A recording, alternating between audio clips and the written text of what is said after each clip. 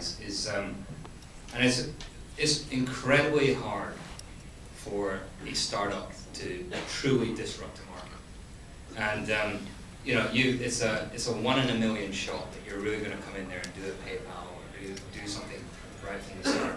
I think the real dangerous thing is when a startup partners up with a corporate and uses that corporate as a platform to market. And at the moment, people talk about Twitter being a platform, or Facebook, or Android, iOS. There are so many other platforms out there. Every corporate should be looked at as a platform. And I can tell you, we have a constant stream of corporates coming to us saying, what is new, what is cool? They kind of come to us from two sides, fear or greed. What's going to kill us that we don't know about? Or what could we make a ton of money on that we don't know about? And as soon as we get that intersect correct, then it's fantastic. So I would say look at every corporation as a platform to market. So it's kind of interesting with GetAround because we've been offered a number of opportunities to either partner or to get investment from big companies, and we've actually chosen the approach to stay as independent as long as we possibly can. We were founded in 2009, and the founders who came out of Singularity University wanted to disrupt the automotive industry. There's 1 billion cars that are sitting idle 22 hours a day on the road that are just being underutilized. And so, for us, it's been a really delicate path of trying to work with people who are innovative, but at the same time not stymieing our own internal innovation, which is we started working on something about 3 years ago called our GetAround Car Kit, which is an internal hardware piece that allows us to basically automate the whole, getting access to a car, unlocking it, and it's our own internal developed proprietary system that works similarly to, say the Zipcar's, own device. Thank you. So the thing is that we've managed to now control that key. So we've patented that in 50 countries, and we're not beholden to any sort of strategic partnership that may have pigeonholed us. So we still try to stay strategic, open up potential partnerships and think about them and make sure that they're smart for us. But again, as a growing company, we really want to try and stay as independent as long as we can. So the history of web and mobile sort of startup and application development has been one of basically finding new distribution channels, low cost, cheap distribution channels, and exploiting them. So if you had originally, or not originally, but maybe 5-10 years ago, sort of the AdWords and SEO exploitation. You have Facebook platform coming. You have like the Android and Apple ecosystems as well. Hotel Tonight's very much we want to partner with all of these great platforms. We'd love to partner with Microsoft too, given that we're a small startup. We haven't built a mobile phone or a Windows mobile application yet. It's a yet, not a we're not going to. But it's a question of what platform is going to have sort of the highest ROI. And so for us, it's we launched on Apple, and the App Store has done tremendously well for us. Android's been amazing, and we're clearly Android. We've just spent a long development time building a new Android tablet application, which is sort of I think probably one of the first in the travel space. Really betting on that platform and that evolution too. That said, it's sort of a question as sort of the stats still show. I think Microsoft. Grateful for the space, and we look forward to seeing another platform come.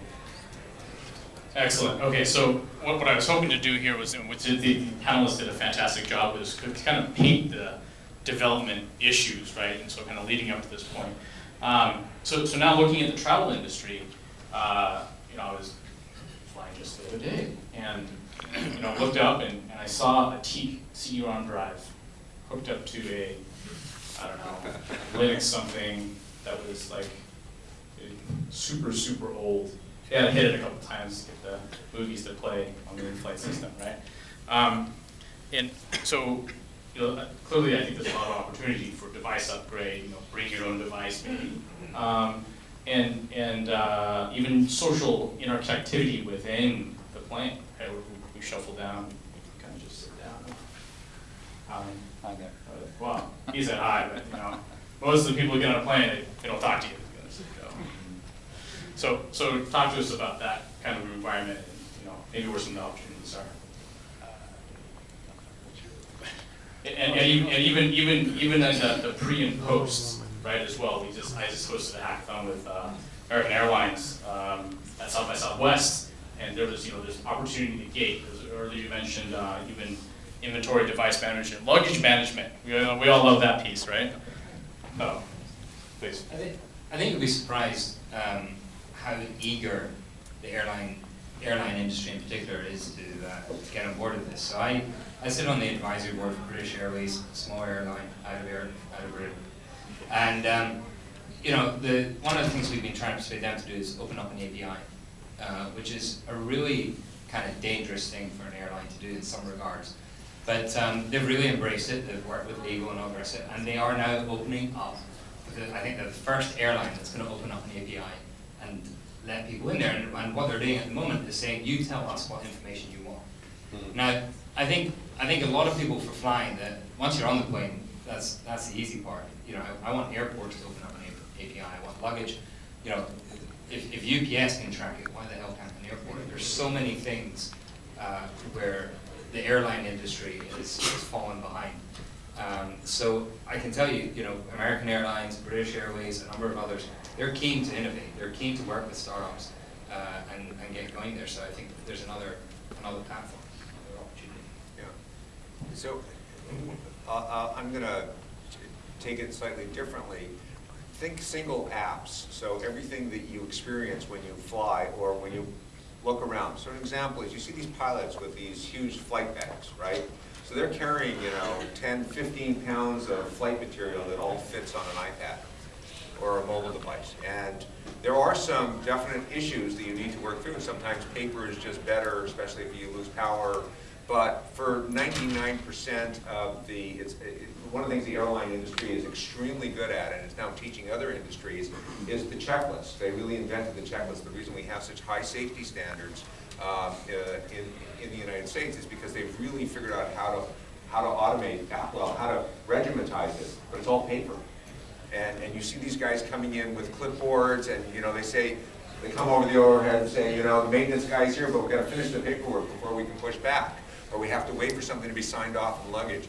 So there's literally hundreds of discrete apps that airlines can and should build that would both make them more efficient. Your point about API is absolutely correct.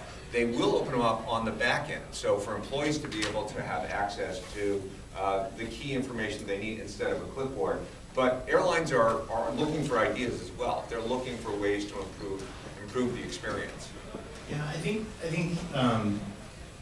for us, what we've learned is that most travel nowadays is happening on the go. So in terms of planning, so say for example, you booked a trip to Chicago, you may not necessarily figure out where you're going to stay or what car you're going to drive until you get there. Because nowadays it's so easy for you to be able to just look at a city and say, okay, well, what are my rental options, or what are my hotel options, and just and then making that decision once you get there. And kind of speaking to the API side, we've been this past CES was pretty important for a company like GetAround, because big companies like Ford and GM really touted their open developer platform. And as a side note, we ended up integrating closely with Tesla's unofficial API, and we were able to integrate our backend to a Tesla so that you can really kind of play out the whole connected car aspect. And that's been a huge benefit for us, because when you're trying to make it so that people are interested in car sharing rather than, say, purchasing a car, then that simplicity and access and immediacy is sort of is a need that we, for our products, we have to fulfill. And so, kind of combining both the desire to have a car immediately, the simplicity of using an iPhone app to then go ahead and walk up to that car and then drive away with it because you just unlocked it is pretty powerful. Yeah, I mean, you guys know this. You came to a mobile meetup. Like the whole premise of the remote control for your life that Matt Kohler, coined, like it's going to happen. It's a question of sort of like there's connected devices. There's real-time inventory availability. There's constant connectivity for a user. and like everyone, it's sort of the Uberification of the world, so to speak. It's, everything's available at a touch, everything's available at a price, and you can sort of, it should be just a strictly more efficient marketplace, which is, I don't know, exciting, brave new world. Tell you one of my favorite airline apps. Who here uses Strava?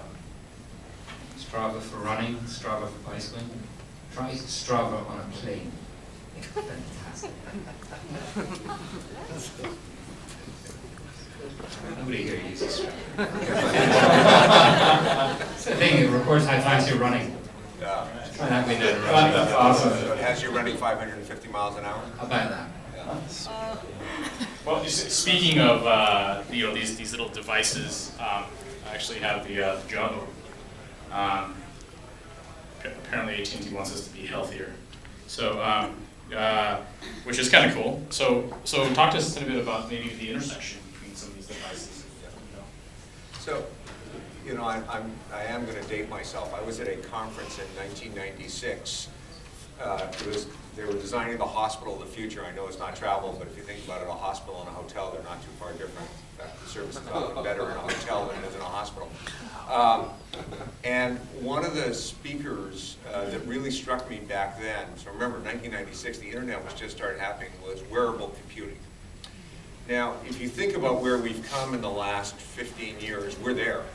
And with Google Glass and watches that are going to basically become as powerful or sophisticated as what we're wearing on our belts or carrying in our pocket, we're not too far away from brain implants and other devices that we can graft onto our skin. So that there is a level of interconnectivity that is somewhat science fiction and somewhat scary, but is going to happen. Now, whether that happens or not in a way that you feel is invasive or not, definitely wearable computing and providing information in context with a super powerful experience in the time that I need it it's gonna persist. We're gonna see that, whether it's happening in our cars, whether it's gonna happen with something that we're carrying, whether we're in a building, whether it's our fridge talking to us saying you shouldn't be eating that because it's got too many calories, whatever the actual device is. The thing that we need to think about as developers and people in the mobility industry is how do you plan for that? Because the last thing you want to do is develop it once and then redevelop it again and then redevelop it again. If there's anything we've learned in technology, we built the cake and then we put on 40 layers of icing because we can't quite tell where it's going to keep going. I joke that software never dies, it just gets another interface put on top of it. And sure enough, there is software out there that's 30, 40, 50 years old that is still running our lives. But we have an opportunity to learn and kind of look into the future and say, okay, wearable computing, let me think about that when I'm actually developing my app. It works great on this format, but how will it look on a watch? How will it look on a heads-down display, whether it be in my glasses or whether it be in my car or my boat or whatever vehicle I'm thinking about, or on my bicycle with a rear view mirror.